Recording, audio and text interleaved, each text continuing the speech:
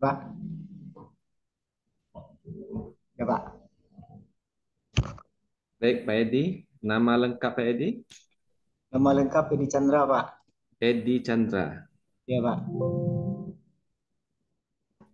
Dari mana Pak Edi? Dari MTSN 1 Agam, Pak. Bukareh, Pak. MTS 1 Agam. Ya, Pak. Oke.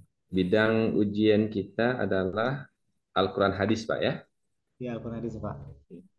Sudah lama Pak Edi mengajar Al-Quran Hadis? Eh, Mengajar Alquran Hadis sudah sekitar sebelumnya ada fikih, Pak, kan. Kemudian Ya. ada Alquran Hadis ini sekitar 5 tahun ini, Pak. Ya. Saya Apa ngonor yang di sana. Saya ngajar di yang sana membuat udah ya 17 tahun sana, Pak. Jadi 11 tahun? 17 tahun saya ngonor saya masih situ, Pak. Mondok di situ dulu. Ya, Pak. Ya. 17 tahun pertama macam-macam pelajarannya, Pak, tapi yang terakhir ini baru bisa saya masuk ke guru PAI ini, Pak, guna di Oh sini. gitu. Dulu pendidikannya apa Pak Edi? Saya dulu di dakwah, Pak, Dakwah di di Padang, Pak, di Padang. Oke. Padang. Mm-mm. Dan, saya ingin masuk jadi guru, ambil ATA 4 tahun 2006, baru diperkenankan jadi guru waktu itu, Pak. Makanya saya Ya, masuk ke ya. sekolah ini, Pak. Oke. Baik Pak Edi. Sudah mengupload tugas Pak Edi? Alhamdulillah sudah, Pak, dari modul sampai lokakarya sampai teaching kemarin sudah, Pak. Modul apa yang Pak Edi buat? Modul tentang eh, Al-Quran, Pak, sebagai pedoman hidupku, Pak. Al-Quran sebagai pedoman hidupku. Ya, Oke. Pak.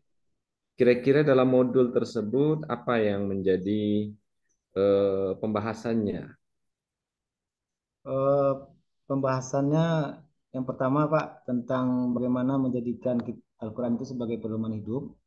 Tentu diawali dulu dengan kita mengenal itu apa Al-Quran. Kita kenal dulu Ya. baik situ secara definisinya, Pak, baik itu Mm-mm. secara bahasa apa itu Al-Quran, kemudian secara istilah, kemudian bagaimana Al-Quran itu prosesnya diturunkan, kemudian dijelaskan juga di modul itu tentang nama-nama lain dari Al-Quran, kemudian fungsi Al-Quran, ya, Pak. Kemudian bagaimana memfungsikan fungsi hadis terhadap Al-Quran, seperti itu, Pak, kira gambaran di sini, Pak. Oke. Dari pembahasan itu kandungan Al-Quran nggak jelas, Pak? Isi Kandungan, kandungan Al-Quran? kandungan isi Al-Quran, Pak. Ya, Eh, Belum sampai sana, Pak. belum sampai sampai. Berarti baru pengantar saja, Pak ya? Ya, baru pengantar, Pak. Oh, gitu. Di sana Bahkan persoalan turunnya Al-Quran ada apa ya ditulis? bagaimana, Pak? Tentang nuzul Quran, turunnya Al-Quran? Ada, Pak. Saya tulis itu berpedoman kepada surat Al-Baqarah kalau nggak salah, Pak. Di Ya. Nazal Quran fi apa, Pak, di Syahrul Ramadan, Pak. Itu, Pak. Ada ayatnya di sana saya masukkan, Pak. Bagaimana Pak Edi memahami terkait dengan turunnya Al-Quran itu? Bagaimana proses turunnya? Ya, pertama Al-Quran itu proses turunnya tidak secara eh, jumlah besar, Pak, tapi dalam beransur-ansur seperti itu, Pak. Ayat demi ayat turun sesuaikan dengan kondisi keadaan Nabi Muhammad SAW, Pak. Seperti Berapa itu. lama turunnya, Pak? Kalau dalam sejarah 22 tahun, Pak, kalau salah, Pak. 22 tahun 2 bulan, 12 Lalu hari, Pak. apa saja yang turun itu, Pak? Maksudnya ayat yang turun itu, Pak. Iya. Ya, yang pertama surat yang pertama turun itu surat Al-Iqra, Pak. Selanjutnya, Dilanjutkan surat kedua, ya kurang paham saya, Pak. Lupa saya, ingat Pak. ya? Oh Lupa. ya. Oke. Terkait Al-Quran pedoman hidupku tadi ya, modulnya ya. Ya Pak. Apa yang menjadi titik penting dalam kajian dalam modul itu yang Pak Edi tulis? Oh, intinya kalau kita, saya cuma membayangkan di sana Pak, hidup ini kalau tidak ada memiliki pedoman, ya seperti kapal yang sedang berlayar yang tidak memiliki, ibaratnya kalau di kapal itu ada buku sakunya Pak, buku Hmm? buku anak pelaut itu Pak, seorang apa namanya nakoda itu dia harus memiliki buku itu. Kemudian dia harus tahu tentang arah kemana kapal yang dibawa. Jadi layaknya seperti itu Pak. Kalau seandainya kita hidup di dunia ini tidak Hmm? memiliki pedoman, artinya petunjuk-petunjuk yang akan kita lalui, Hmm? kita akan tersesat seperti itu Pak. Hmm. Selanjutnya terkait dengan keterpeliharaannya Al-Quran. Bagaimana jaminan Allah terkait terpeliharanya Al-Quran itu seperti apa? Eh, ya saya pernah membacanya Pak, cuman saya nggak ingat Pak di dalam Al-Quran memang Allah itu telah menjamin Pak Al-Quran itu tidak akan bisa dirubah sedikit pun atau satu huruf pun dari Al-Quran itu Pak. Jadi jaminannya tuh Allah yang menjamin Al-Quran itu akan uh, apa namanya akan abadi Pak. Ya, ingat ayatnya yang menjelaskan itu? Uh, ingat saya Pak. Nggak ingat ya Pak ya. Oke. Selanjutnya dalam merumuskan pembelajaran, apa yang menjadi tujuan pembelajaran yang Pak Edi buat? Ya tujuan pertama Pak, uh, anak-anak peserta didik itu dia uh, tahu bagaimana pentingnya sebuah Al-Quran sebagai pedoman hidup.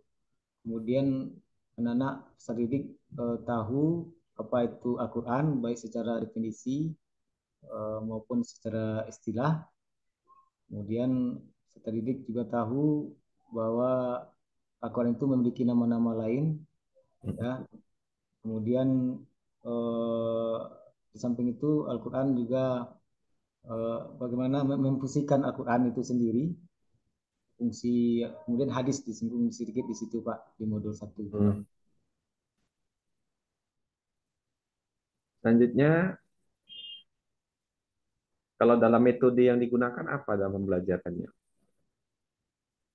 Eh, metode yang saya pakai kemarin,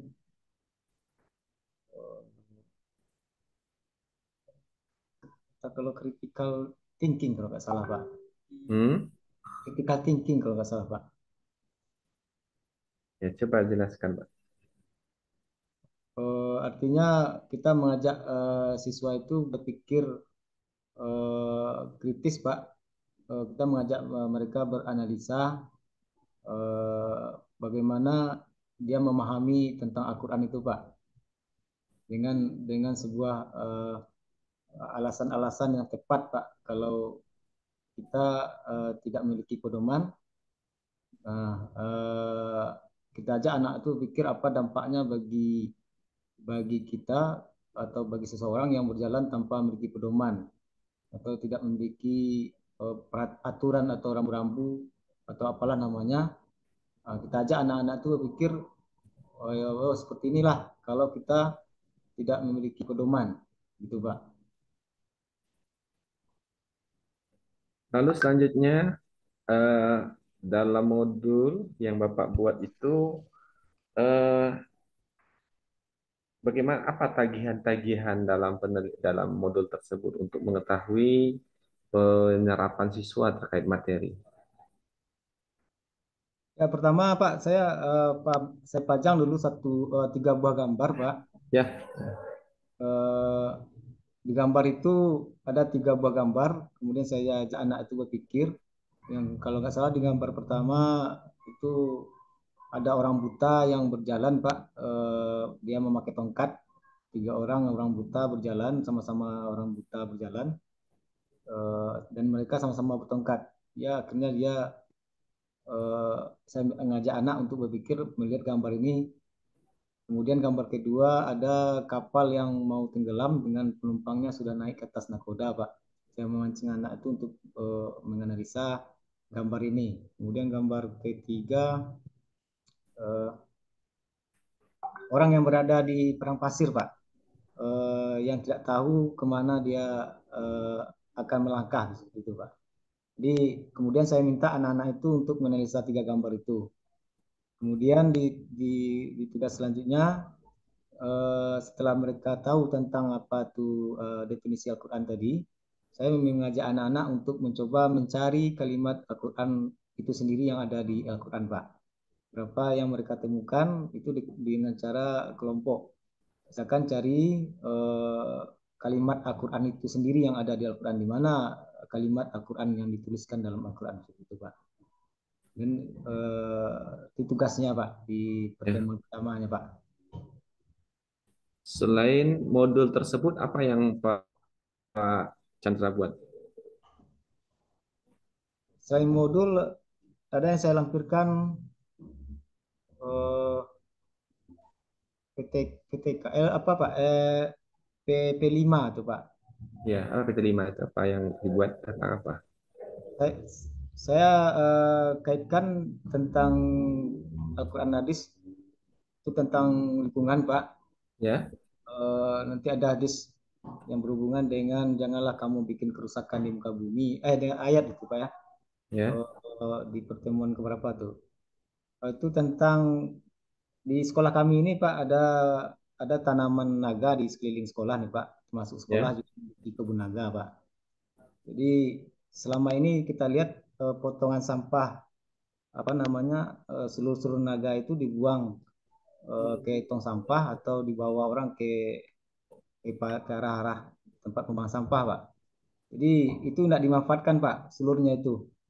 Jadi setelah saya coba lihat ada eh, apa namanya pengolahan apa nama limbah batang naga itu, Pak, jadi pupuk cair gitu, Pak. hmm, Jadi naga itu bisa dia memupuk dirinya sendiri.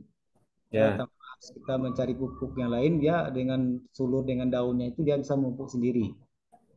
Jadi kita olah jadi pupuk cair dengan cara pembuatannya pengolahan mengumpulkan daun-daun naga itu atau batang naga itu yang nggak terpakai itu kita olah jadi pupuk cair dengan menambah bahan-bahan organik lainnya, Pak.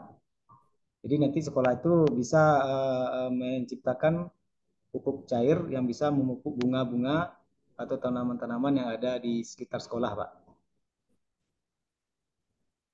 Itu rencananya, Pak. untuk PTK yang Pak Edi buat apa?